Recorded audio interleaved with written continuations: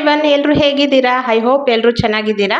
ನಾನು ಇವತ್ತಿನ ವಿಡಿಯೋದಲ್ಲಿ ನಮ್ಮ ಪೂಜಾ ರೂಮ್ನ ಯಾವ ರೀತಿ ಕ್ಲೀನ್ ಮಾಡ್ತೀನಿ ಮತ್ತು ಆರ್ಗನೈಸ್ ಮಾಡ್ತೀನಿ ಅನ್ನೋದ್ರ ಬಗ್ಗೆ ತಿಳಿಸ್ಕೊಡ್ತೀನಿ. ನಾನು ಮೊದಲು ದೇವ್ರಿಗೆ ಇಟ್ಟಿರೋ ಹಳೆ ಹೂವನ್ನೆಲ್ಲ ಒಂದು ಟ್ರೇಗೆ ತೆಗೆದುಕೊಳ್ತೀನಿ. ನಂತರ ದೇವ್ರ ಐಟಮ್ಸ್ನೆಲ್ಲ ವಾಶ್ ಮಾಡೋದಕ್ಕೆ ಇಡ್ತೀನಿ. ಗೈಸ್, ಯಾರೆಲ್ಲ ಈ ವಿಡಿಯೋ ನೋಡ್ತಾ ಇದ್ದೀರಾ, ಪ್ಲೀಸ್ ಸಬ್ಸ್ಕ್ರೈಬ್ ಮಾಡ್ಕೊಳ್ಳಿ, ಬೆಲ್ ಐಕಾನ್ ಒತ್ತಿ ಆಲ್ ಆಪ್ಷನ್ನ ಕ್ಲಿಕ್ ಮಾಡಿ. ಇದರಿಂದ ನಾನು ಯಾವುದೇ ವಿಡಿಯೋಸ್ ಹಾಕಿದ್ರೂ ಫಸ್ಟ್ ನೋಟಿಫಿಕೇಶನ್ ನಿಮಗೆ ಬರುತ್ತೆ.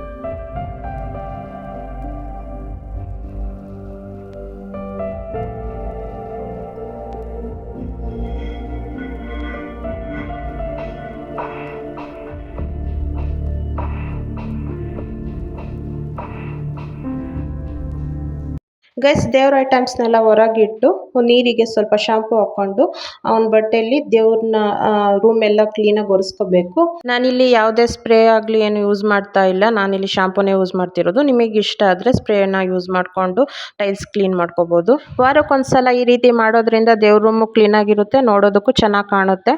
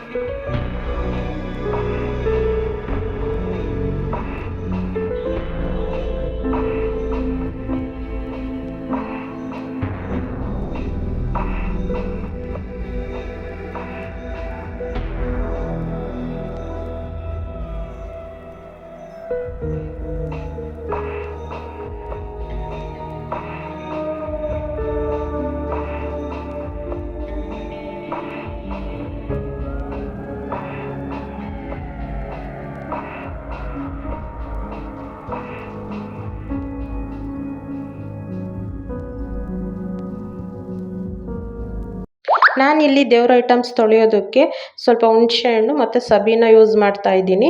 ಆಲ್ಮೋಸ್ಟ್ ನಾನು ಯಾವಾಗಲೂ ಯೂಸ್ ಮಾಡೋದು ಪೀತಾಂಬರಿ ಪೌಡರ್. ಇವತ್ತು ಪೀತಾಂಬರಿ ಪೌಡರ್ ಖಾಲಿಯಾಗಿದ್ದರಿಂದ ಸಬೀನಾನೇ ಯೂಸ್ ಮಾಡ್ತಾ ಇದ್ದೀನಿ.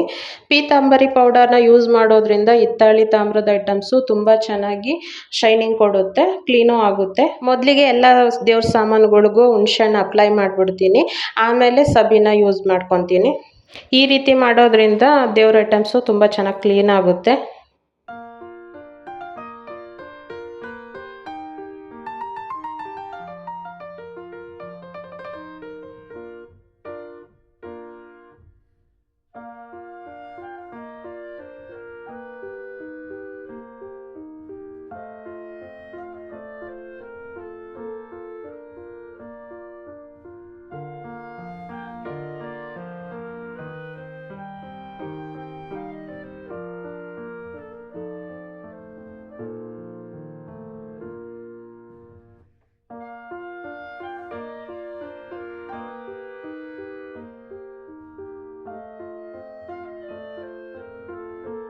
ಮೊದಲು ವಿಭೂತಿನ ಪೇಸ್ಟ್ ಥರ ಮಾಡಿಕೊಂಡು ಫೋಟೋಗಿಟ್ಟು ಆಮೇಲೆ ಅರಿಶಿನ ಕುಂಕುಮನ ಇಡ್ತೀನಿ.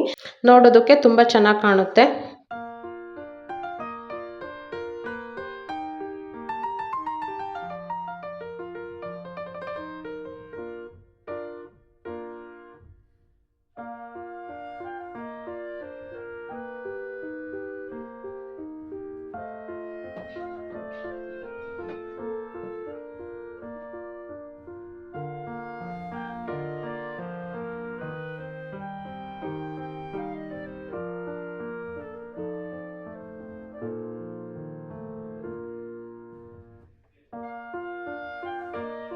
ಲಕ್ಷ್ಮಿ ಕಳಸ ಇಡಬೇಕಾದ್ರೆ ತಾಮ್ರ ಅಥವಾ ಬೆಳ್ಳಿ ತಟ್ಟೆಗೆ ಅಕ್ಕಿ ಹಾಕಿ ಅದಕ್ಕೆ ಅಷ್ಟದಳ ಬರೆದು ಅರಿಶಿನ ಕುಂಕುಮ ಅಕ್ಷತೆಯನ್ನು ಹಾಕಿ ಕಳಸ ಪ್ರತಿಷ್ಠಾಪನೆ ಮಾಡಬೇಕು.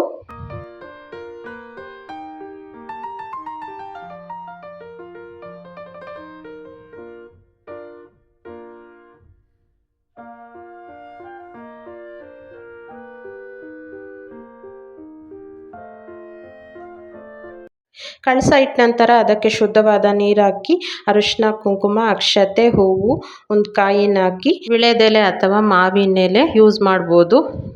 ಪೂರ್ಣ ಕಳಸ ಇಡೋರಾದರೆ ಎಲೆ ಜೊತೆ ತೆಂಗಿನಕಾಯಿನೂ ಯೂಸ್ ಮಾಡಬೇಕಾಗುತ್ತೆ. ನಾನು ಇಲ್ಲಿ ಇಟ್ಟಿರೋದು ಎಲೆ ಕಳಸ ಆದ್ರಿಂದ ಬರೀ ಎಲೆ ಮಾತ್ರ ಯೂಸ್ ಮಾಡ್ತಿದ್ದೀನಿ.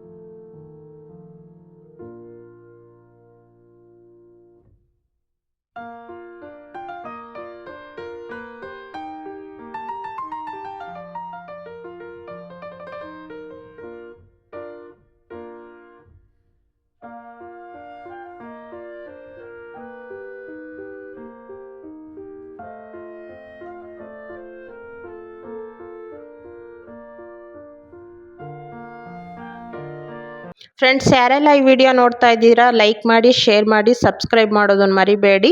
ಕಾಮೆಂಟ್ ಮೂಲಕ ನಿಮ್ಮ ಅಭಿಪ್ರಾಯ ತಿಳಿಸಿ. ಎಲ್ಲೂ ವಿಡಿಯೋ ಸ್ಕಿಪ್ ಮಾಡ್ದಲೇ ವಿಡಿಯೋ ಫುಲ್ ನೋಡಿ ಸಪೋರ್ಟ್ ಮಾಡಿ.